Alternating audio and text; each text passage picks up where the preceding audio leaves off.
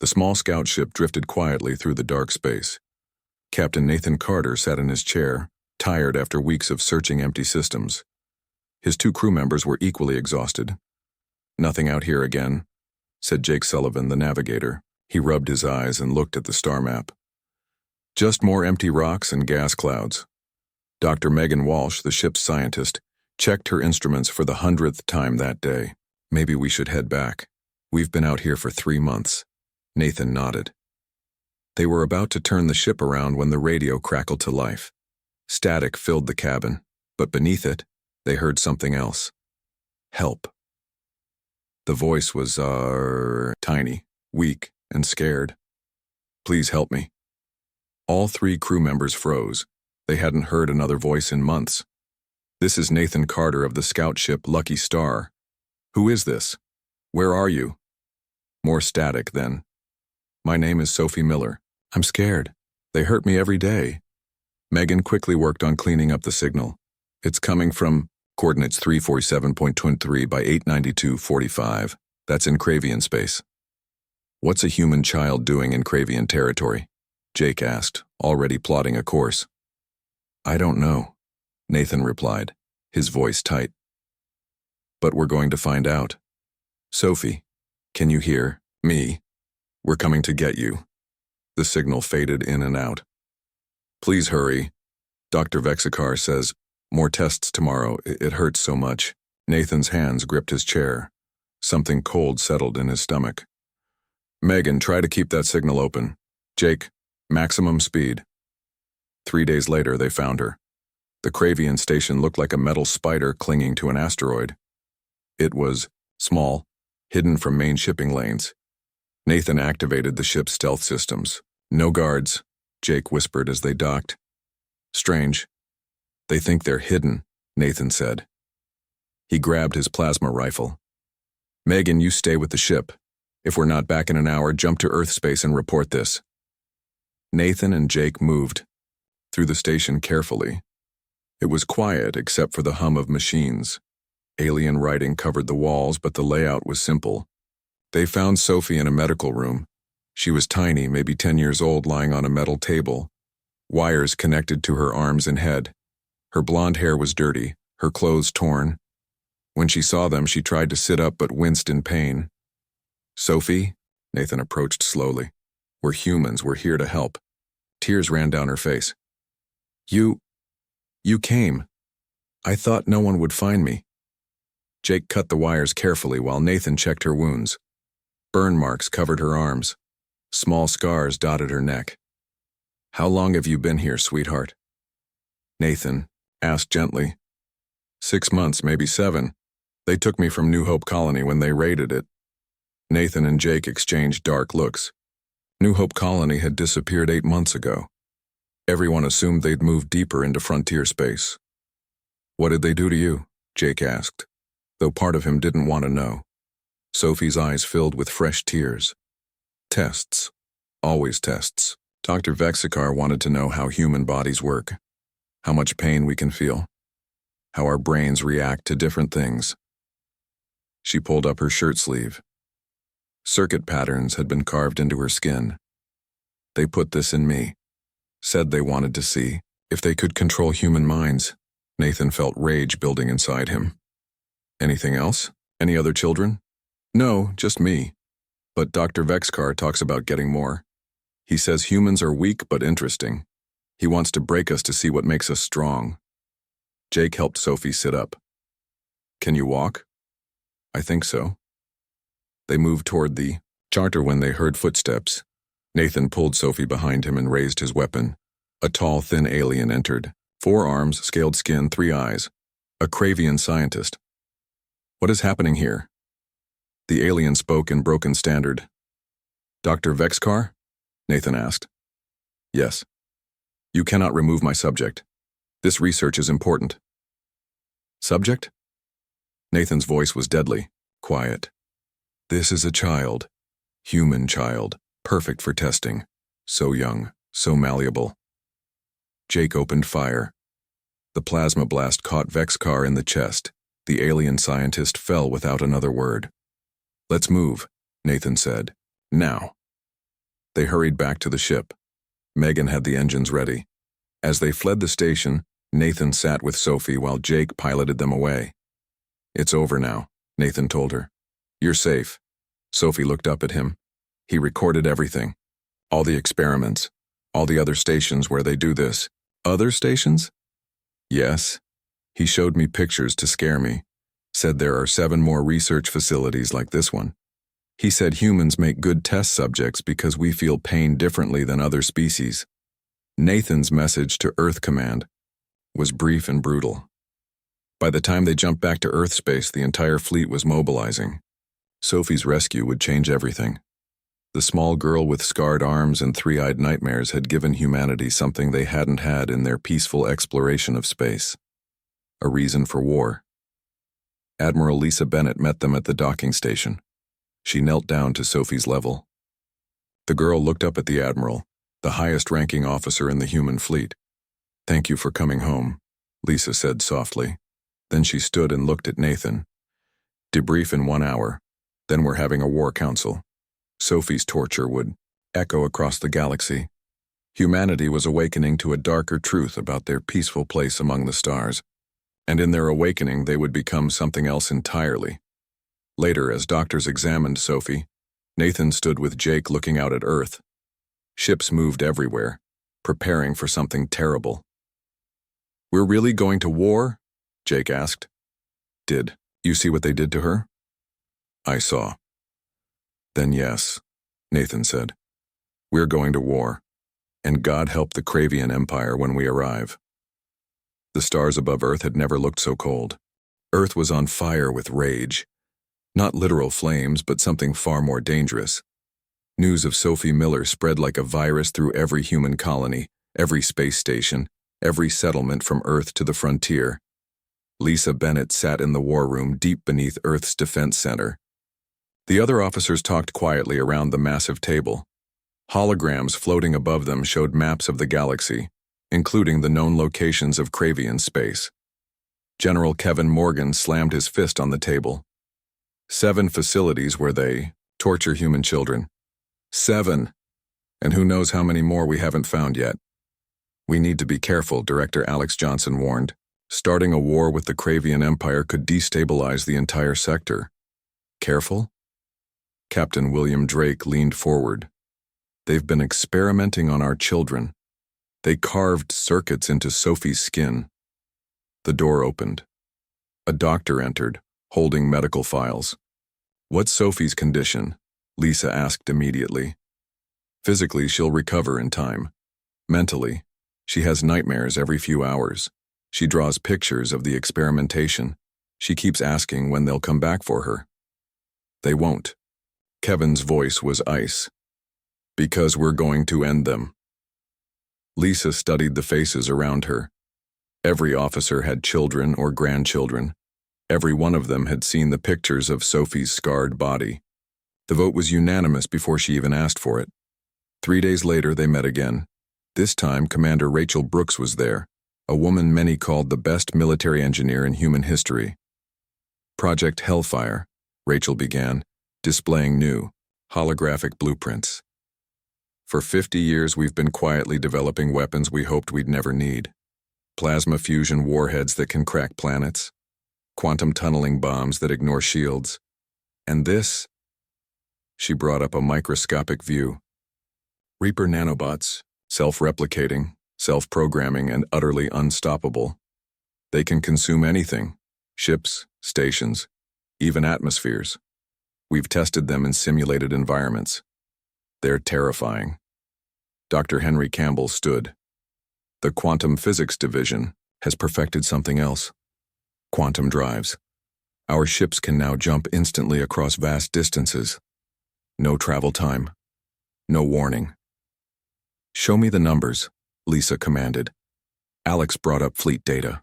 The Kravian military has 3,000 ships, including 47 City Killer-class destroyers. Their technology is superior to most galactic races. "And ours?" Lisa asked. "With our new weapons? It's not even close. We've been holding back for decades.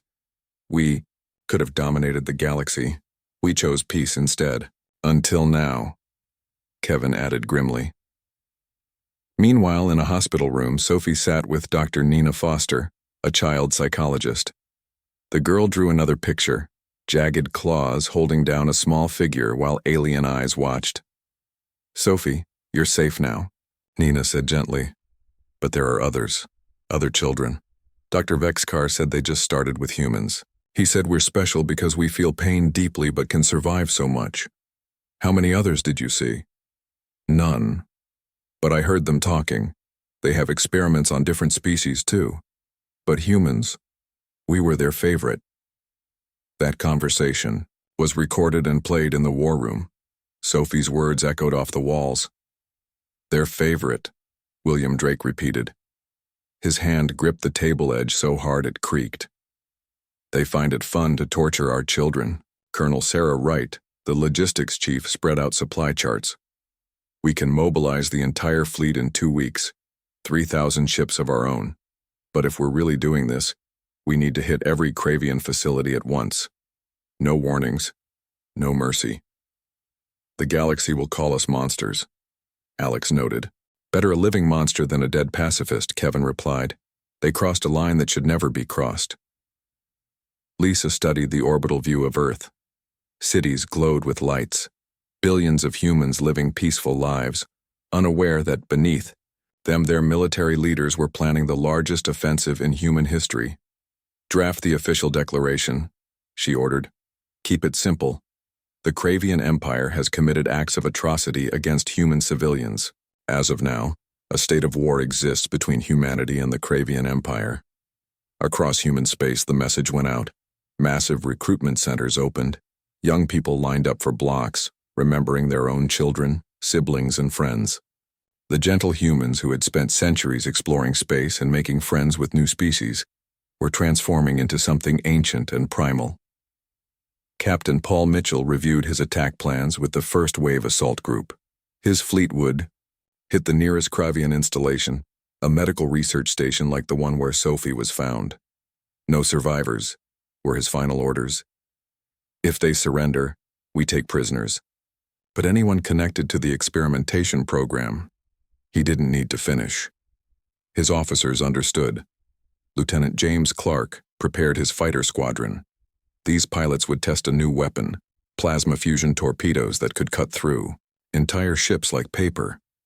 They practiced maneuvers that civilian pilots would have considered impossible. In another secret facility, Colonel Derek Watson trained ground assault teams.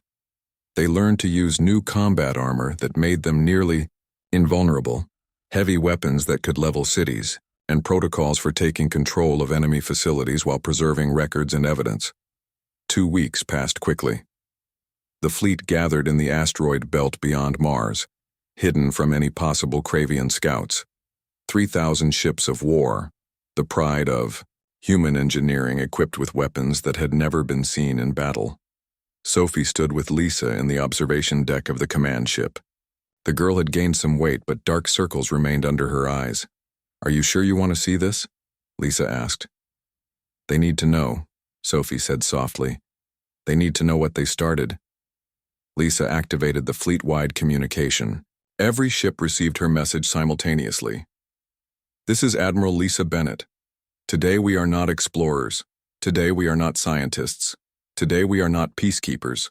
Today we are justice itself. The Kravian Empire chose to make monsters of us. They tortured our children. They carved circuits into their skin.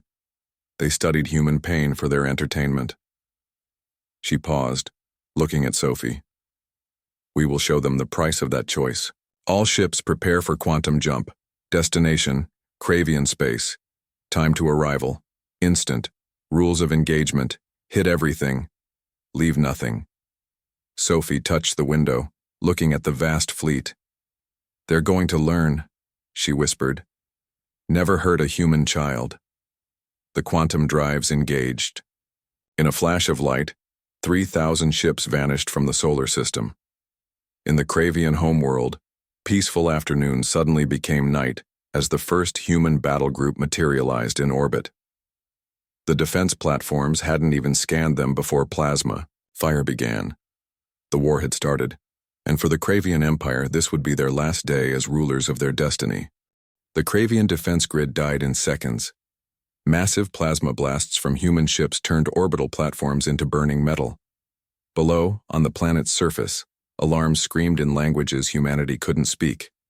But they understood the meaning. Terror. Target the military installations first, Rachel Brooks commanded from the weapon control room. Her engineers worked like machines themselves, coordinating devastating strikes across multiple worlds simultaneously. On the bridge of the flagship Vengeance, Admiral Lisa Bennett watched data streams flow past. Each stream represented the destruction of Cravian military assets, bases, shipyards, research facilities. "The Emperor is trying to contact us," her communication officer reported. "Block it." They had 6 months to talk to Sophie. She begged them to stop. They didn't listen. The war entered its second hour. Human forces had hit 7 Cravian systems at once using quantum drives. Their enemy's response was slow, confused, and ultimately useless against weapons they'd never imagined. Dr. Nina Foster stayed with Sophie in a safe bunker on Earth. The girl was healing, but watching the war unfold on screens was bringing back memories. "They're burning," Sophie whispered, watching a Cravian facility explode on the newsfeed. "Does it scare you?" Nina asked. "No." Sophie's voice was strange, almost cold for a child. "I want them to feel scared too, like I felt." Back in space, Captain William Drake led Marine teams to board damaged Cravian ships. They found research data, torture devices, and holographic recordings of experiments. The evidence would have shocked the galaxy if anyone else saw it, but humanity was done with evidence. "Download everything," William ordered, "then send it to the fleet. This is what we're fighting." 3 days into the war, Cravian resistance collapsed. Their capital world sent surrender messages. The Emperor offered to meet any human terms. Lisa Bennett finally accepted a communication. The alien Emperor appeared on screen, his 3 eyes showing genuine fear. "Admiral Bennett, we surrender. Name your terms." "You experimented on our children. You carved patterns into their skin. You studied how much pain they could endure. That was research. Scientific progress requires sacrifice." Wrong answer. Lisa cut the feed. The Reaper nanobots were released on the capital world's moon. Billions of microscopic machines that ate everything, rock, metal, atmosphere. The moon began to glow red from within as it was consumed. It took 36 hours for the large satellite to completely disappear. "Message received?" Kevin Morgan asked grimly. "Monitoring Cravian communications," Alex Johnson reported. "They're panicking. Some worlds are trying to surrender independently." "No individual surrenders," Lisa ordered. "Total capitulation or total destruction." Meanwhile, Sophie recovered enough to visit the ship's observation deck. She stood beside other children whose parents worked on the fleet. They watched the destruction, together. "My dad says they'll never hurt kids again," said a boy named Tommy, age 8. "They won't," Sophie agreed. But her eyes looked older than her years. Dr. Henry Campbell made a breakthrough. Analyzing captured Cravian technology revealed something horrifying. The Empire had been planning to expand their human research program. Documents showed plans to raid more colonies to capture more children. They were going to scale up, Henry reported to the War Council. "Make it systematic. Use what they learned from Sophie to perfect their techniques." The room fell silent.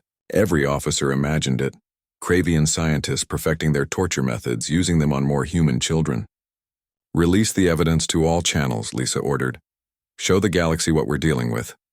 Human ships now moved from system to system, methodically dismantling the Cravian Empire. Advanced shields that once seemed impenetrable failed against quantum tunneling bombs. Ships tried to flee but couldn't outrun quantum drives. Attempts to hide in nebulas ended when plasma fusion weapons burned through the cosmic gas clouds. Colonel Derek Watson's ground forces landed on Cravian worlds to secure research facilities. They found more evidence, more horrors. Some facilities had holding cells for future subjects. One station had growth tanks where they were trying to clone humans for experimentation. "Sir," Derek's second-in-command reported, "we found something else. They weren't just experimenting on humans. There are other species here too. But the guards say humans were the priority. The Emperor wanted to understand why humans fight so hard to protect their young. Now he knows," Derek replied. Lieutenant James Clark's fighter squadron became legends. They developed new tactics using the quantum-enhanced ships, appearing instantly behind enemy formations, striking before shields could raise. His pilots painted small Kravian symbols on their craft for each kill. The sharks of space, other pilots called them. Back on Earth, massive factories churned out more ships, more weapons. The peaceful agricultural planets of human space sent food supplies. Mining colonies redirected all ore to military production. Humanity had become a single, focused organism with one purpose: the complete end of the threat. Sophie drew a new picture in her therapy session. This time it showed small human figures standing over fallen Kravian bodies. Dr. Nina Foster studied it carefully. "How do you feel now?" she asked. "Safe," Sophie said. "But also different. Before I was just Sophie. Now I'm the girl who started a war." "You didn't start it. They did. I know. But I'm the reason everyone knows. I'm the reason we're winning." The war entered its second week. Human forces had destroyed or captured 80% of Kravian military strength. Worlds that had been proud members of the Empire now flew white flags from their orbital stations. The few remaining Kravian fleets grouped for a desperate last stand. Rachel Brooks unveiled the final weapon, a device that could cause a star to become unstable, forcing premature expansion. The test site was chosen carefully, a system with a star similar to the Kravian sun but with no habitable planets. The weapon fired. The star swelled, consumed its planets, then collapsed into a black hole. The demonstration was broadcast across the galaxy. "The Kravian homestar will be next," the message stated simply. 5 days to complete surrender. Then we demonstrate this weapon again. Across human space, people debated. Some said it was too much. Some said humanity was becoming the monsters it fought. But others remembered Sophie's scars, the medical records of her torture, the plans to expand experiments to more children. The Emperor of the Kravian Empire finally understood what he had awakened. They had attacked humanity's children. They had studied human protective instincts. Now they faced those instincts weaponized into a terrifying force. 4 days later, the formal surrender came.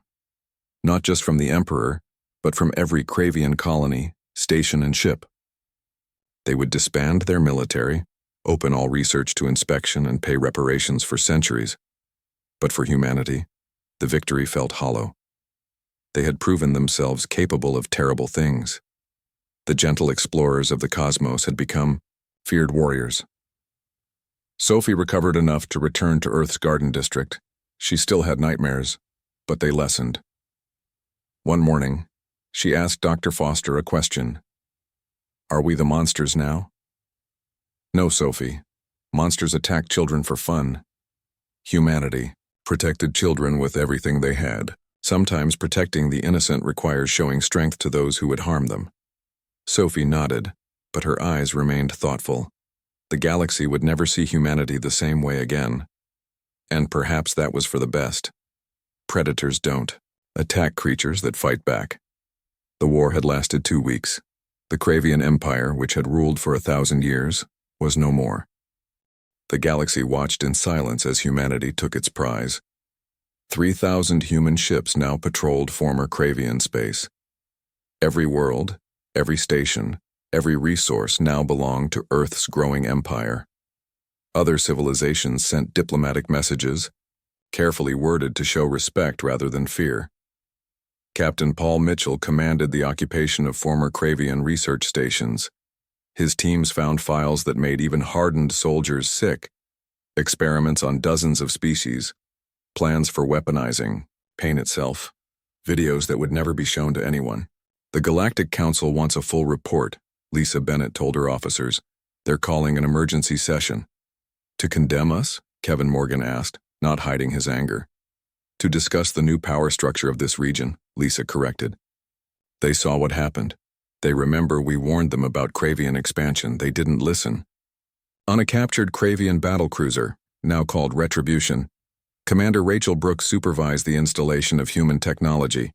The alien ship was 3 times larger than human designs, but with quantum drives and plasma fusion reactors, it would become a mobile fortress. Why keep their ships? And her assistant asked. Because now they're trophies, reminders, and they actually have good designs for long-duration warfare. Sophie had recovered enough to attend regular school, though she was never alone. Security was constant but invisible. Other children treated her strangely, some with awe, some with confusion about why she was famous. Her teacher, Mary Johnson, kept lessons as normal as possible. Today we're studying the aftermath of major conflicts, Mary explained to the class. How societies rebuild after war. Sophie raised her hand. What if they can't rebuild? What if they lose everything? The question hung in the air. Mary chose her words carefully. Sometimes that happens, but every ending is also a beginning. Meanwhile, the first human colony ship landed on what had been the Cravian capital world. The massive alien cities stood empty now, their former inhabitants relocated to smaller worlds as demanded by the surrender terms. Humans moved into gleaming towers that had once housed an empire. Dr. Henry Campbell led teams studying Cravian technology. They found sophisticated medical equipment, advanced power generation, and surprisingly peaceful applications for quantum physics. The Cravians had made scientific breakthroughs humanity could barely understand. How could they create all this and still be monsters? A young scientist asked. Smart people can do terrible things, Henry replied. Intelligence doesn't mean wisdom. Captain William Drake faced a different challenge. Cravian society was collapsing. Crime rose as their government structures fell apart. Some Cravians begged for human rule, believing it would bring order. They want us to occupy them completely, William reported during a council meeting. They say they need structure, and some want us gone, added Colonel Derek Watson. They whisper about revenge when they think we can't understand their language. Lisa Bennett faced these problems daily. The war had ended, but victory brought new responsibilities. Humanity now controlled 7 star systems directly and influenced a dozen more. Resources flowed into human space faster than they could be processed. We're becoming what we fought against, Alex Johnson warned. An empire built on conquest. No, Lisa disagreed firmly. We're becoming guardians. The galaxy needs to know some lines cannot be crossed. Sophie's mother, Ann Miller, returned from the frontier colonies where she'd been searching for survivors of New Hope Colony. She found a different daughter than she'd left behind. You seem older, Anne said gently, holding Sophie's hand. I am, Sophie replied simply. I've seen what evil looks like, and I've seen what happens when good people get angry. In the occupied territories, Lieutenant James Clark commanded a fighter wing patrolling trade routes. Pirates had tried to take advantage of the chaos. They learned quickly that human ships now arrived in seconds, not hours. 3 pirate vessels destroyed today, James reported. 2 surrendered when they saw our markings. The Shark Squadron? His admiral asked. Yes, sir. Word spreading fast. The Galactic Council finally held its emergency session. Ambassador Ryan Collins represented humanity. The council chamber held delegates from 47 species, each carefully watching the humans among them. The Cravian Empire is no more, Collins began. Humanity took action when necessary. We found evidence that would horrify every civilization here. Evidence that wasn't just about torture, it was about weaponizing suffering itself. He displayed the files. Images of experiments, plans for expanding the program to other species. Several council members had to look away. The question now, Collins continued, is what happens next. Humanity seeks peace, but we will never again allow evil to hide behind scientific curiosity. The council voted. Humanity's actions were officially justified. The former Cravian territories would remain under human administration for 20 years, with council oversight. After that, the worlds could choose independence or formal alliance with Earth. Back home, the war industry slowly converted to peacetime production. Shipyards that built destroyers now worked on colony vessels. Factories producing plasma weapons, retooled for civilian use. But everyone knew the capability remained. The gentle explorers had become the galaxy's strongest military power. Sophie found herself in unexpected situations. Schools across human space asked her to speak. At first, she was too nervous, but eventually she found words that helped. The universe has bad things in it, she told children in one school. That's why good people have to be ready to fight back. Not because we want to hurt others, but because we need to protect each other. The first generation of post-war human. Children grew up differently. Peace was appreciated but never taken for granted. They learned both science and combat. They studied alien cultures but understood that beauty and brutality could exist in the same species. Commander Jack Wilson took command of the first mixed-species crew aboard a human cruiser. Former enemy soldiers, carefully vetted, worked alongside Earth officers. The experiment was watched closely by both humans and aliens. Trust takes time, Jack reported after 6 months. Some of my crew wake up screaming. Others overcompensate by being perfect soldiers. But we're learning to work together. 5 years after the war, Sophie turned 15. She applied to the Alliance Space Academy, the institution now training both humans and allied species. Her test scores were high, but her interview was what sealed her acceptance. "Why do you want to serve?" the Admiral asked. "Because I never want any child to go through what I did, and because someone needs to make sure the galaxy stays safe." "Are you sure you're ready for space again?" "Space wasn't the problem," Sophie War answered quietly. "People who choose to hurt others are the problem, and space needs people who will stop them." Across human space, something had changed fundamentally. No longer did Earth's children dream only of exploration and discovery. Now they dreamed of protecting those discoveries. They aspired to be both scientists and soldiers, healers and warriors. The Kravian Empire's final legacy wasn't conquest or technology. It was the transformation of humanity from peaceful explorers to universal guardians. Sophie Miller, the tortured child, became a symbol not of suffering, but of the price others would pay for causing such pain. Deep in space, on patrol routes and frontier stations, human ships kept watch. Their crews were ready with both diplomacy and destruction. The galaxy had learned what humanity could do when pushed. Now they watched to see what humanity would do with its victory. The healing had begun, but the scars would remain. For Sophie, for humanity, for the galaxy itself. But those scars served a purpose. They reminded everyone that protection of the innocent was worth any cost, and that crossing that line would bring consequences beyond imagining. 10 years later, Commander Sophie Miller stood on the bridge of the UES Never Again, her ship named not in anger, but in promise. At 20 years old, she commanded respect from her mixed crew of humans and aliens. Her ship patrolled the edges of known space where new civilizations appeared and old threats emerged. "Captain," her first officer called, "we have a distress signal. It's from a child." Sophie's heart clenched. "Coordinates." Within seconds, quantum drives activated. Her ship appeared above a small station in unclaimed space. The building looked makeshift, clearly a pirate operation. Her crew needed no orders, they'd trained for this. Marines launched in assault pods. Security systems that once seemed complex to pirate minds failed against human technology. Sophie herself led the entry team. Her personal armor was light but powerful, crafted from materials humanity had perfected after the war. They found the child in a hidden room. A young alien with 4 eyes and green skin, no more than 6 Earth years old. The child screamed when they entered, then stopped when Sophie removed her helmet. "It's okay now," Sophie said gently. "You're safe." The pirates surrendered without firing a shot. They'd heard the stories. Every criminal organization in the galaxy knew about human responses to child endangerment. Sophie's crew secured the station efficiently. "Just smugglers," her security chief reported. The child's family tried to escape their planet's civil war. Pirates killed the parents, kept the child to sell as labor.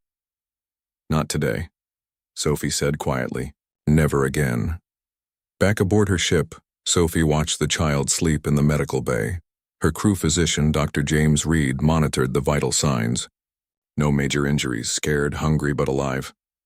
Find the relatives, extended family, anyone who can care for this child. Already on it, Captain. Sophie returned to her quarters and looked at the photo on her desk. Her 10-year-old self stared, back scarred but smiling. Beside it sat medals from a dozen missions, awards for protecting colonies and rescuing civilians. The frightened child from that medical table had become what she needed most, a protector. On Earth, President Laura Howard addressed the Galactic Assembly. The chamber held representatives from hundreds of species now. Humanity had become the HFY, protector species, the ones others called when threats emerged. 20 years ago, the Kravian Empire committed atrocities that transformed human society, Laura began. Today, we use that transformation for protection, not conquest. Our fleet stands ready to defend the innocent anywhere in the galaxy. Ambassador Ryan Collins added details about new medical technology humanity had developed, based on Kravian research but used for healing rather than harm. We learned from our former enemies' science, but rejected their cruelty. Back on the frontier, Lisa Bennett had retired from active command but served as the fleet's strategic advisor. She visited Sophie's ship often, proud of the woman the tortured child had become. You know, Lisa said during one visit, some say we went too far during the war. We matched horror with power, Sophie replied, watching stars move past the bridge, windows. But we chose what to do with that power afterward. That choice matters. Her ship's mission wasn't just military. The Never Again carried medical teams to plague worlds, engineers to rebuild after disasters, and most importantly, rapid response teams for child rescue. Word spread across the galaxy. Hurt children face humanity's wrath. On former Kravian worlds, now called the Protected Systems, mixed populations thrived. Humans and reformed Kravians worked together. The children born after the war knew peace but learned why their parents remained vigilant. Sophie's childhood friend Tommy, now serving on another ship, sent updates regularly. His vessel patrolled different sectors, but their purpose remained the same: prevent what happened to Sophie from happening to anyone else. The Reaper nanobots remained humanity's ultimate deterrent, secured in deep space vaults. They'd been used only once, orbited on the Kravian moon, and that memory alone kept hostile species from threatening human interests. But more often, human ships arrived to help rather than harm. 15 years after the war, the first Kravian captain joined a human fleet. Commander Trevkal, whose family had opposed the experiments, earned trust through years of service. When stationed on Sophie's ship for joint operations, they spoke briefly about their shared past. My people created horror from curiosity, Trevkal admitted. Your people turned that horror into protection. I serve humanity now because I want to be on the right side of justice. Sophie studied the alien who shared her ship's bridge. We don't judge species by their worst members anymore. We judge them by their choices now. The child Sophie rescued was reunited with extended family on a peaceful world. The reunion was recorded but never widely shared. Such rescues had become routine for human ships. Protection had become purpose. Katie Walsh, daughter of Sophie's original rescuer Dr. Megan Walsh, served as navigation officer aboard the Never Again. 3 generations of protectors, all because of one child's suffering, and humanity's response. Navigation report, Sophie commanded during a routine patrol. All clear, Captain. Though we're receiving positive signals from several colonies, they appreciate our presence. Just doing our job. But it was more than a job now. It was identity. Humanity hadn't returned to their peaceful exploration days. They remained strong, aware, ready. But strength served protection now, not conquest. The galaxy learned that lesson well. New species entering the cosmic community heard the story of Sophie Miller and the war that followed. They understood. Humanity would trade freely, explore peacefully, but respond with overwhelming force to cruelty against children. Years passed, like stardust. Sophie earned promotion after promotion but refused flagship commands.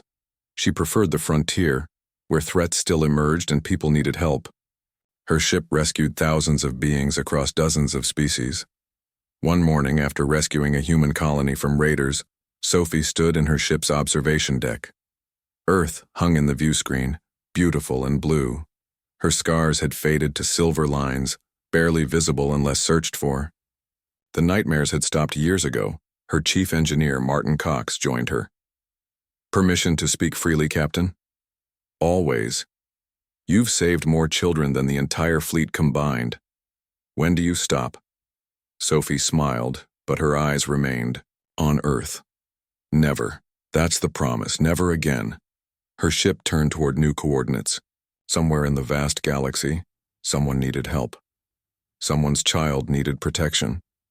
The UES never again accelerated to quantum speed, ready to fulfill its purpose.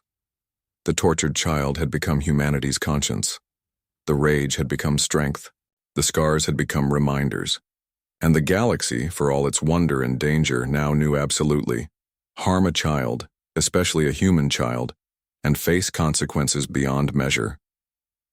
Sophie Miller commanded her ship into the stars, forever vigilant, forever protecting. The girl who had suffered alone now ensured no child ever would again. It was her promise to the galaxy. It was humanity's promise to itself. A promise written in starlight and sealed with the memory of what happens when that promise is broken. The stars stretched endlessly ahead. New worlds, new wonders, new threats. Sophie faced them all with one mission: protection. The child's scream that once echoed through a Cravian torture chamber now resonated as a battle cry across the universe. Never again.